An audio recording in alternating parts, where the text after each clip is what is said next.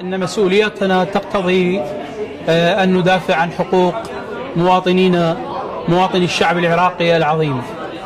نحن منظمة أحرار رافدين لحقوق الإنسان جئنا إلى مقر الأمم المتحدة لنطالب بإدراج المالكي وميليشياته العابثة بأمن وانتهاكات حقوق المواطن العراقي والقتل والتهجير على الهوية، للمطالبة بفتح تحقيق دولي بخصوص جرائم المالكي وتحويله إلى محكمة جنائية دولية.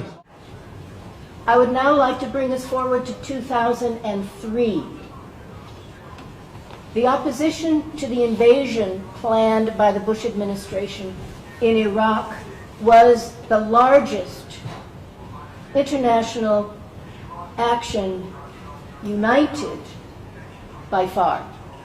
There has never been an international action by people worldwide such as that occurred in 2003.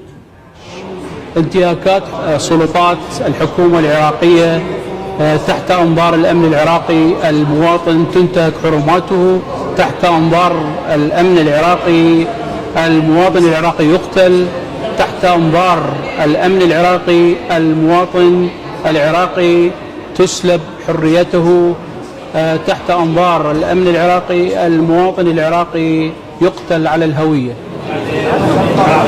قدم الوثائق التي تدين إجرام المالكي وإجرام الميليشيات التي تعيث بالأرض فسادا، ميليشيا حزب الله وميليشيا جيش المهدي وسرايا السلام وعصائب أهل الحق وميليشيا قيس الخزعلي وميليشيا البطاط والميليشيات المسميات الكثيرة في العراق، الميليشيات العابثة بالأرض فسادا.